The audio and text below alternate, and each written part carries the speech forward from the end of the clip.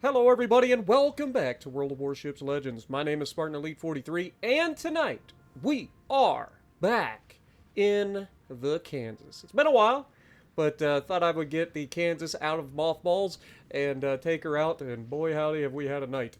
But with that being said, let's get into our commander. We're running William Sims with Paolo DeRevel, Andrew Cunningham, Flammable Cannoneer, Gyrating Drill Bits, Marksmanship, Reaching Out XXL, and Fight Fire with Fire as our commander skills. Fight Fire with Fire gonna come in real handy in the match you're about to see. But obviously the rest of our build, main battery mod 2. We got steering gears mod 2. Concealment system mod also gonna come in handy. And then we've got artillery plotting room mod 2, the epic version. We didn't go for the legendary version because I always just try to get as many of these epic modules as I can because they're cheaper. But with all of that being said, I hope you guys are ready for a doozy of a fight, because we're going to be in it. So with that being said, let's get to the gameplay. Alrighty, so we're going to be on Riposte, and we are going to be in the Kansas. Now, tonight can only be summarized as one of two things. One is, the Kansas has been an absolute terror tonight for everybody to deal with. Alright? There's been very few matches tonight where I haven't just completely and utterly wiped the floor with the people that I've been around. However, it also has been one of those nights where, despite that, despite my best efforts, the teams have managed to throw a few of the games. Now, I'll be honest with you guys, it hasn't been that many games that I played tonight. So, I think it was somewhere in the neighborhood of 5 or 6 games total tonight. In the Kansas, just because it's been a while since I took the Kansas out, and I wanted to take the Kansas out, I wanted a video. And, boys, I think it was the right decision, because what you guys are about to run into is angry Kansas. Also, RNGesus is going to smile on us in this one. You guys will notice that I'm running the free-to-play build that I've told you guys about many times, so y'all can't yell at me and be like, Spartan only plays, pay-to-win stuff. Yeah, well, here's a Kansas that's completely free-to-play. Right? Tech tree ship with standard commanders.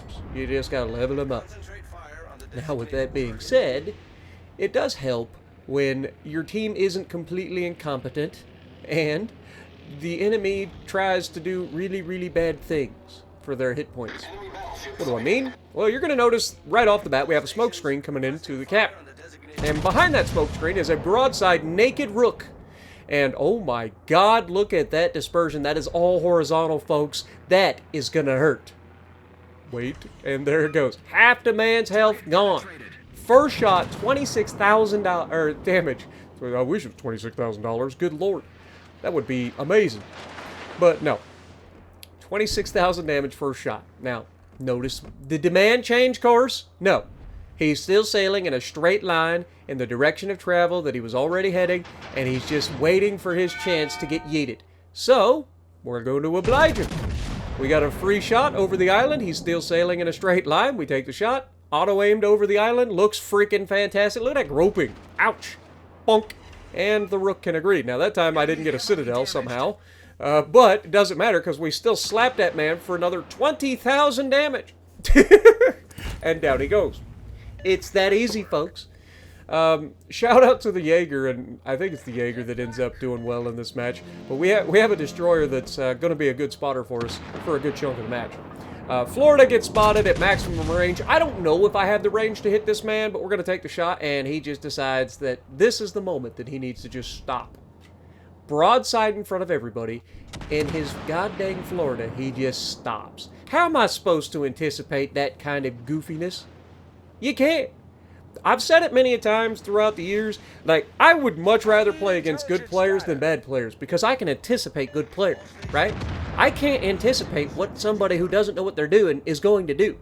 Like, I can guess, and I take the shot, and then watch them just slam on the brakes while they're broadside in a naked Florida. Like, I don't know why they do it, but they do it. Now, here we get a good shot at the Fletcher, and you can see everybody on our team doing a good job of focusing down the destroyer. Well done. Right? Mogami gets the kill. Our Jaeger's still alive. Unfortunately, our Jaeger... okay, maybe it's not the Jaeger. I don't know. Is it the Jaeger? No, Jaeger's about to die. Jaeger just went straight in and died. Never mind.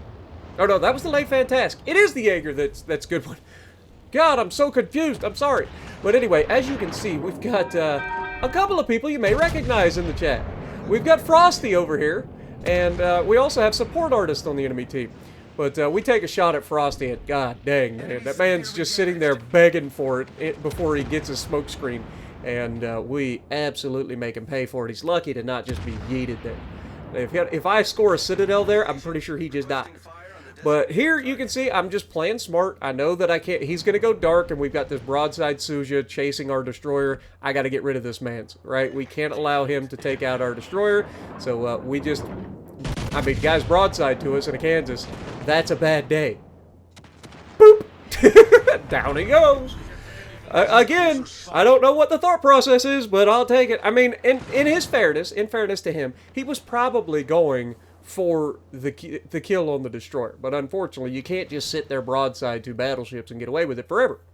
Now, Kansas is going to shoot, or not Kansas, Florida's going to shoot at us with some AP here. But it's not just the Florida. There's two cruisers out here. One is support, and the other one is going to be Frosty. Right? We have a Cleveland over here. We have the Kutuzov. Now, I'm not gonna lie. This shot, I thought, was going to kill this Florida. It looked so good. But I don't know if he got in reverse at the last possible second or what. And they just all hit the water. And that is so unfortunate. Because I know that I can slap straight through the bow of that thing and absolutely yeet that Florida. But unfortunately, that is not what happened. So we're going to continue to push in. Now notice that I'm not kiting anymore. I know I have the advantage versus these guys. There is the two cruisers. Obviously, I knew of the one. I didn't know that the other one was still out there. There is a Cleveland coming over that I had no idea was there until he starts yeeting me with fires. Now, good shot there. Noticing that the Florida's backing up, we aim a little bit higher. We get 6 penetrations, and we're already over 100,000 damage, guys, and we still have a lot of enemy ships to shoot at. But you'll notice I get set on fire here. The Cleveland is coming over. He's using HE. The Kutuzov is here. He's going to be shooting HE. And we talk about fight fire with fire. That does two things, y'all. Even if it doesn't trigger, okay? Even if the fight fire with fire doesn't trigger to give you an easy damage over time, like negate, when you have your damage control on cooldown, even if it doesn't do that, it still reduces the amount of fire damage taken, which can be massive in the match, right? So fight fire with fire is a huge benefit, specifically nowadays, but it always has been since they buffed it back in the day. Now here you can see Florida. I mean, I'm going to disrespect this man so hard. Watch this. It's like, you get one gun, all right? Just like they said back in the day, one meatball, you get it. He gets a good shot at us, but it doesn't matter. He goes down. We saved our guns for the cruisers, and you can see there's fight fire with fire triggering once, right? It's already saved our bacon. Nope, there's another fire. And we're going to try to get rid of the Kutuzov here, so Frosty is trying to reverse, but again, there's not a whole lot. We're on double fire again, and Cleveland hits us a third time, hits a triple fire. So that's the second time that our fight fire with fire has procced, putting out our fires. Which, again, if you're in a cruiser, oh my god, what is that grouping? Oof! That was 3 shells that were literally touching. Ain't seen 3 shells like that since Demolition Man. That was ridiculous. But, you get the reference? Congrats. You are cultured like me. But Cleveland decides that he wants to come out and fight in a brawl. Kutuzov goes down because, again, we beat the crap out of him, and the teammates are there to help finish off the job. And now the Cleveland's in trouble, and he knows it. So he is going full run away, run away, Simba, and never return. As support realizes that he's in trouble, he's going to try to use some AP here because he knows that I'm on damage control right now. So he's not going to get a fire, so he just wants to get some damage. And he gets a couple of hits, but honestly, I think he'd have been better off shooting HE. Because even if he doesn't get the fire, he's going to get more damage with HEs than AP most of the time when a bow-tanking battleship is coming at him. But we get a nasty shot there into him, and you can see I am paying attention to the crossfires here on the map, using the rear turrets to shoot at the Gdaizino all the way on the other side of the map. And just as we get a chance to shoot, we are dodging as well, which a lot of battleships don't do this. I don't know why they don't, but dodge once in a while. You are allowed to change course and change speeds and do things. You don't have to just sit here and let them beat on you for the entire time. Make it harder on them. They've got floaty shells, right? Now, obviously, I'm in a Kansas, and this guy gets to fire his guns every like 3.5 seconds, so it's gonna be impossible to dodge all of it. But you can negate quite a bit of damage because you're not letting them just shoot your superstructure over and over again. Now, here, I do make a mistake. I should have stopped, and you see I get another hit there. I should have stopped in the cap here, grabbed this cap. 100%. But I was worried that the enemy Cleveland was going to get around the corner. I'm going to be on fire for a little bit. Now, I could have not put this fire out, but I knew that the island was between us. I can't sit in the cap because I'm just assuming he's going to come back out, he's going to have me spotted, and he's going to kill me, right? We don't have a lot of hit points left. We have 14,000 hit points. That's it. 14,000 hit points and a dream against a DPM cruiser is nothing, right? That man can kill me real quick. So here we go ahead, we make the decision to push up and use the island to block the Cleveland's line of sight. Normally I would stop in the Charlie cap, but again, I just didn't have that option here because that Cleveland would have killed me. Most likely. So, we use the island to block our line of sight. But we're not just doing that, right? We're trying to put ourselves in position to help with the crossfires across the map. And sure enough, Gneisno gets spotted, and he's just kind of chilling out there, so we take the shot on the Gneisno.